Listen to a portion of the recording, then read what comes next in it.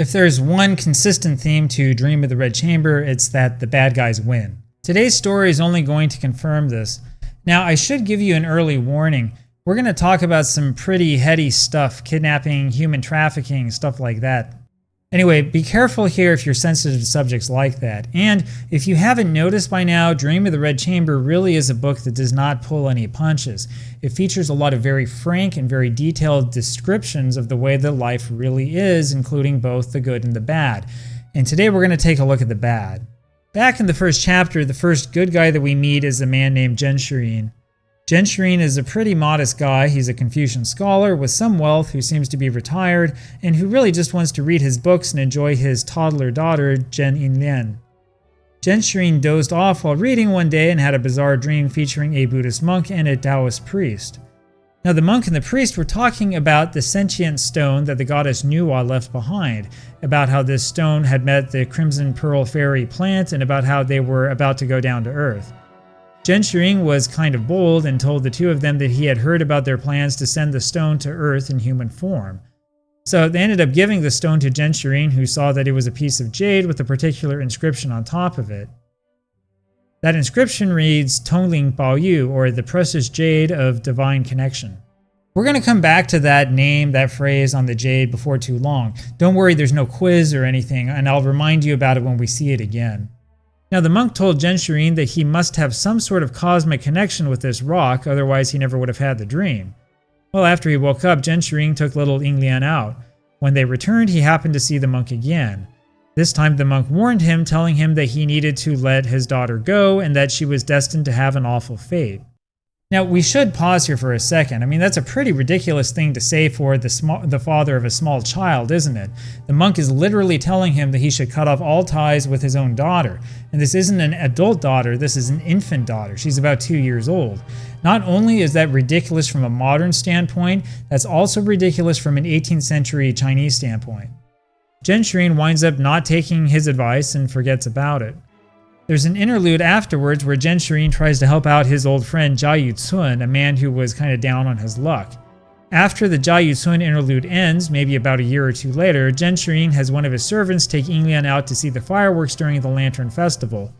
The servant wound up setting the girl down and she was kidnapped, never to be seen again.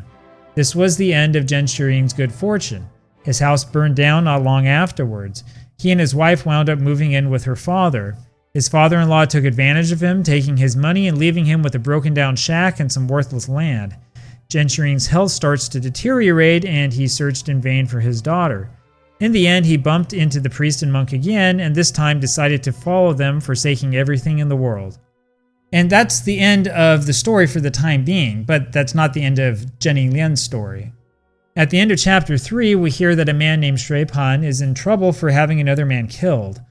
The story is that there was a human trafficker who was selling a girl he had kidnapped over a decade earlier. A man named Feng Yuan tried to purchase her from the trafficker after falling in love with her. Well, Feng Yuan is an interesting character. He's homosexual. Now, the text says that flat out. It's not alluded to. It's just stated as a fact as if it were nothing unusual. Anyway, apparently Feng Yuan is so smitten with this girl, Zhen Yinglian, that he simply has to be with her, and he decides that he will swear off men for her.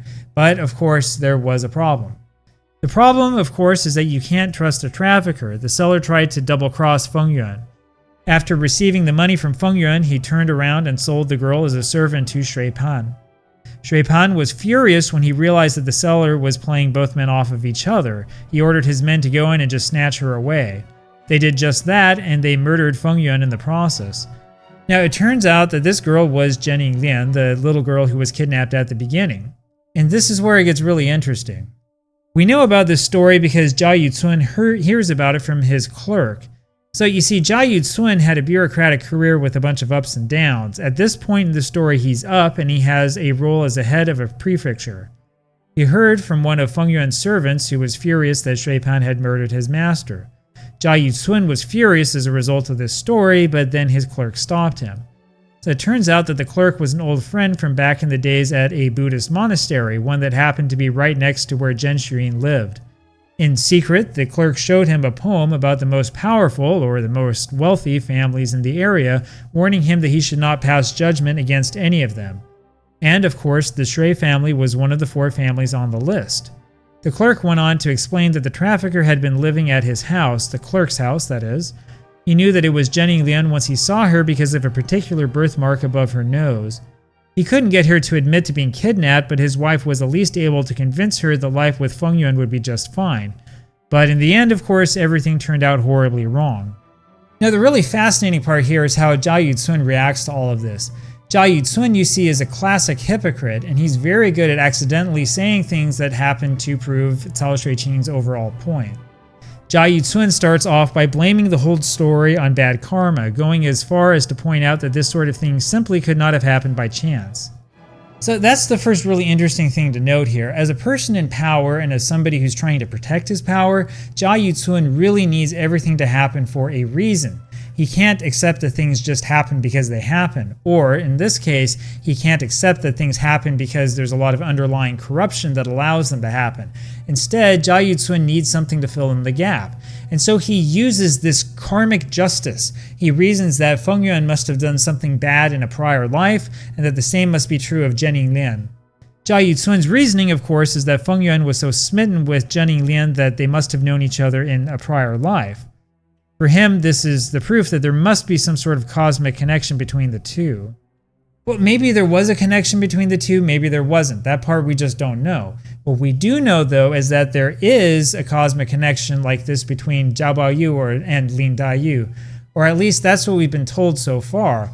And yeah, there's a reason why Cao Shuiqing wants us to draw this connection between these two love stories. Well, Zhao Yucun then describes Feng Yuan as duo qing de, or as somebody with a lot of qing, which is really interesting.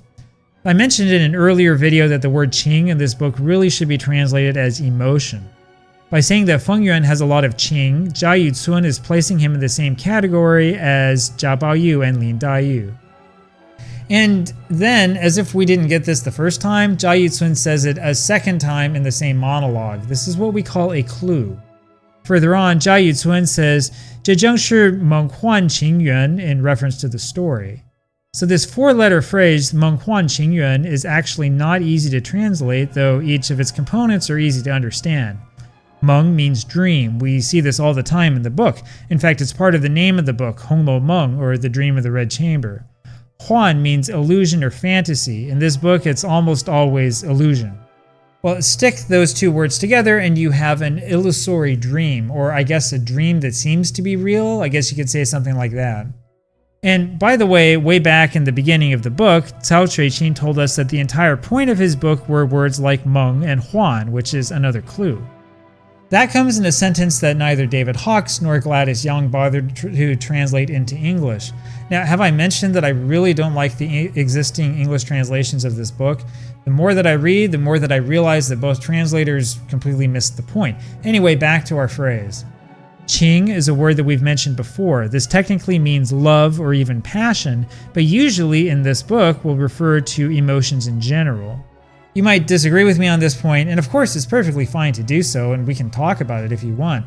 Now, notice that I'm only halfway through chapter 4 in my translation. This book has 120 chapters. When we start getting to chapter 5, which will be before too long, we'll see all of the poems, which are very well known, and in those poems and some other things in there, we will see that Qing absolutely refers to strongly felt emotions beyond just love and passion. And of course, when we come across that, I'll make sure to point that out. And finally, yuan means fate in this context. It's a kind of romantic fate, by the way, similar to the word yuanfen, which, by the way, is one of the first abstract terms that I ever learned in Chinese. Now, you stick the 4 of them together and you get menghuan qingyuan, or the illusory dream of emotional fate. Yeah, that's a horrible translation. I apologize for that. Basically, what Zhao Yucun is saying here is that this story is an example of how love itself is just an illusion. It's all just a dream to him, and that makes him the biggest hypocrite in the world. You see, way back when Zhao Yucun met up with Zhen Shirin, one of Zhen Shirin's maids looked at Zhao Yucun for a few seconds. Now, Zhao Yucun is not exactly a modest man. He thinks pretty highly of himself. He convinced himself that she must be in love with him and decided to go after her. Well, that's a problem. You see, Jia Yutsun was already married, but minor details, no worries. He decides to make the maid one of his concubines, and he decides to do that all by himself, not only without asking her, but without ever even talking to her. In fact, he's never heard her voice. Well, there's this bizarre scene in the middle of chapter 1 where Jia Yutsun tries to write a love poem to her. It's hard to explain the poem. I'm sorry, it's not really going to work in video format. You'll have to check out my blog with the translation and the textual notes. It's a really simple poem in Chinese, which is interesting that it's written by Cao Shuiqin, who writes so many complex poems. And it's important to get the translation correct. You see, Jia Yutsun in his poem inadvertently makes direct references to Jia Baoyu, Lin Dayu, and Shui Baochai, but that's another subject for another video. Jia Yutsun actually composes 3 different poems, each of which display his ambition and desire. None of them, of course, have anything to do with the maid. So you see, Jia Yutsun fell in love with this girl because he thought she could see his potential. Of course, he's not actually in love with her at all. He's in love with himself. And then he takes his feelings for himself and projects them on her. And in the end, not only does he take her as a concubine, but she winds up becoming his principal wife when his first wife dies. But the fascinating thing here is that Jia Yutsun can't see true love when it stares him right in the face. He mentions that Menghuan Qingyuan, or that illusory karmic dream like love, and then he gets right on to business. And of course, this business is figuring out how to get Shui Pan off the hook so that Jia Yutsun can protect his own political power. Well, like I said, the people in this book who are kind, who are worthy, and who are doing the right thing always have really bad fate. They are the ones who suffer, and the ones who do the wrong thing all the time end up being really well off. They end up being the leaders. Well, there are a lot of interesting themes here. We can see more of Cao Shuiqin's criticism of contemporary religious thought, for example. We can also see glimpses of what he really thought of the politics of the Qing dynasty. He considers it all corrupt. But for me, really the most modern concept in this book is the concept of victim blaming, and that's what we see in this story. Jia Yutsun's reaction to the story of Feng Yuan and Zhen Yinglian is to conclude that both of them must have done something wrong in a past life. In his mind, they have to deserve this fate, and Jia Yutsun needs to have a reason for them to deserve this. Now, I would argue that we actually see a lot of the same thing today in modern society, which I think is further proof that we really should spend more time studying Dream of the Red Chamber and talking about it.